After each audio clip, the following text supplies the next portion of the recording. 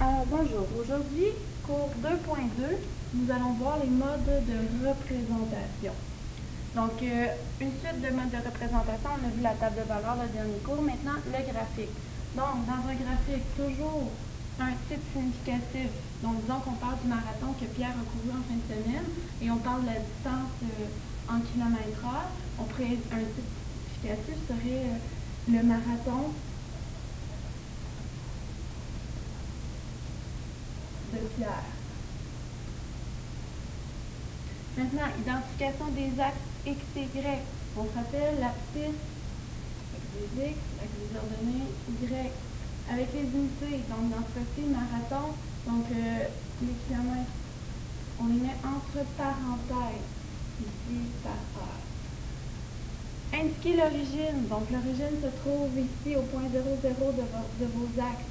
Et il faut au moins indiquer 5 points. Donc, dans notre table de valeurs, des fois, on a des points, on a des coupes de valeurs, donc on en indique au moins 5 sur notre graphique avant de les relier. On les relie toujours avec une règle. Graduer les axes correctement. Bon, comment on fait pour les graduer pas correctement? Ben, c'est en n'utilisant pas le même pas de graduation. Donc, ici, le bon, si je fais plus 1 ici, ben, je dois en faire encore plus 1 ici. Si je fais plus 2 ici, ben, je dois encore faire plus 2 ici, et ainsi de suite pour chacun des pas. Ici, si je gradue par 1 sur l'abscisse, est-ce que j'ai besoin de graduer aussi de 1 à l'ordonnée? Non, on n'est pas obligé d'avoir la même graduation sur l'ordonnée que sur l'abscisse. Coupure d'axe nécessaire, qu'est-ce que ça veut dire ça? Si ma graduation sur l'abscisse commence à 1 million, est-ce que je vais commencer à ma graduation à 1? Ben non, ce serait beaucoup trop long de se rendre jusqu'à 1 million. Donc, qu'est-ce qu'on fait dans ce temps-là? Je vais vous montrer. On fait une coupure d'axe. Donc, on vient tronquer l'axe. Ça veut dire que je commence, disons, à 1 million. Placer et relier les points puis prolonger la droite. Qu'est-ce qui est important? Est-ce que vous pensez qu'on doit mettre une flèche ici au bout de la droite pour dire que ça se poursuit jusqu'à l'infini? Non, la flèche est réservée pour les axes, donc on fait attention à ça.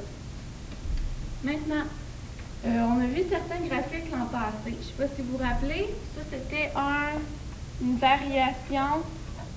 Vous pouvez l'indiquer dans vos notes de cours à la page 5. Vous avez retrouvé les 3 graphiques ici. Donc, variation directe. La règle, c'était Y est égal à AX. Ici, A étant notre coefficient de proportionnalité. Maintenant, ça, c'était une variation partielle. Pourquoi partielle? Parce qu'elle ne commence pas à l'origine. Donc, au temps initial, ben, au temps 0, à x égale 0, il y a déjà une valeur en y. Donc, la règle, c'était ax plus b, a étant notre coefficient de proportionnalité, et b notre valeur initiale. Celle-ci, on ne l'a pas encore vue. Donc, ce n'est pas une règle que vous connaissez jusqu'à maintenant. On va faire un exemple. Donc, vous, à la page 5, vous avez un beau graphique vierge. Donc, vous allez faire l'exemple avec moi. Vous pouvez vous inscrire l'exemple. Pierre gagne 2000 $ par mois. Puis, il a déjà 3000 $ dans son compte. On s'intéresse au montant dans son compte selon le temps en mois. Donc, le montant dans son compte est un petit mot selon le temps en mois. Donc, selon vous, quelles sont vos variables? Variable dépendante, donc ici, le montant dans son compte qui dépend du temps en mois. Donc, le dernier cours, vous avez appris à faire une table de valeurs. Maintenant, vous êtes des pros avec les tables de valeurs.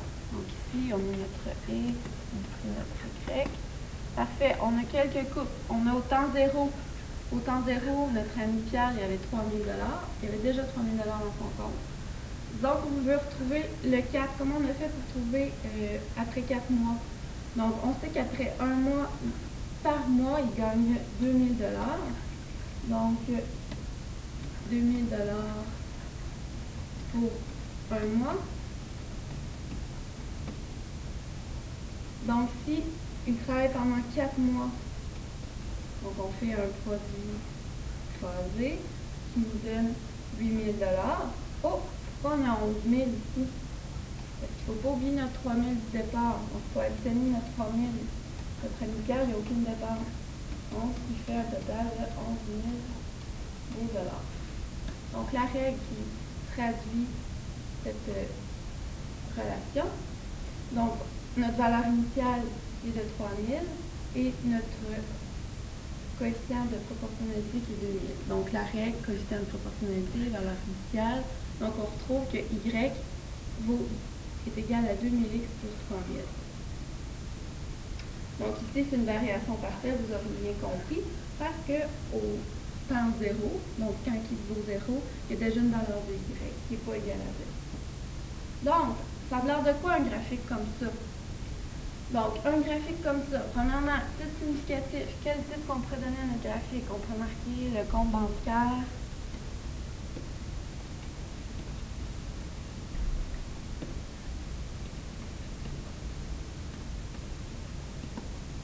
De Pierre. Par la suite, qu'est-ce qu'on fait?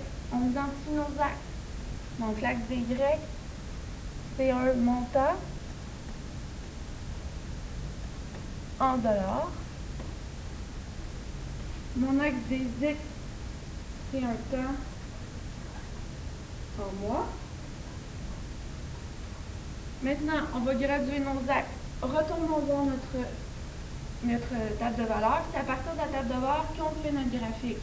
Maintenant, on voit que ça fait des bonds des pas de graduation de 1. Donc, on additionne 1 à chaque fois.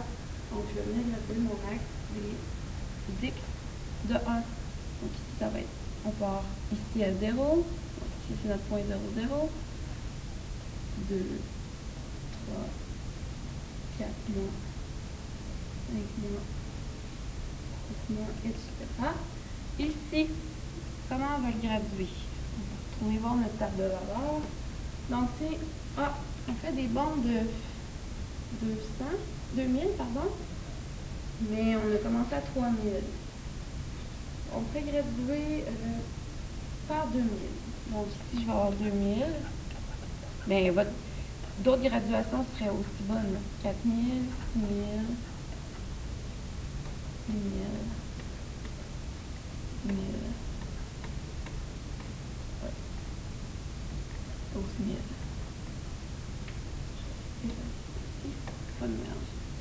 Donc, maintenant, on vient placer au moins 5 points dans notre graphique. Donc, le couple, premier point de notre table de valeur, le couple 0, 3000. Donc, X vaut 0, Y vaut 3000. Ici, un beau petit point. Ici, un deuxième couple. Quand X vaut 1, Y vaut 5000. Quand X vaut 1, Y vaut 5000. Ici. Vous voyez? Maintenant, quand X vaut 2, Y vaut 7000. X vaut 2, Y vaut 7000. Quand X vaut 3, Y vaut 9000. Quand X vaut 4, Y vaut 11000. Maintenant, on prend notre règle.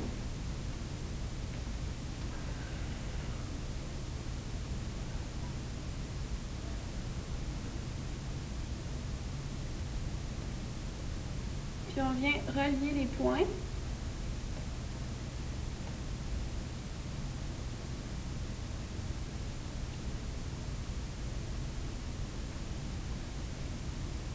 Puis on vient poursuivre la droite. Donc ici, je vais utiliser une autre couleur. On peut bien voir. Je viens relier mes points et je poursuis ma droite. Donc, j'ai mon graphique qui représente la situation, le compte bancaire de Pierre. Donc, qui représente la relation entre l'argent et les mois. Donc, ici, est-ce que j'ai poursuivi ma droite avec une flèche? Non, c'est vraiment important de ne pas venir mettre de flèche parce que ça signifierait qu'on a un axe. Donc, c'est tout pour le cours 2.2. Donc, vous avez la page 4, la page 5 de vos notes de cours à remplir.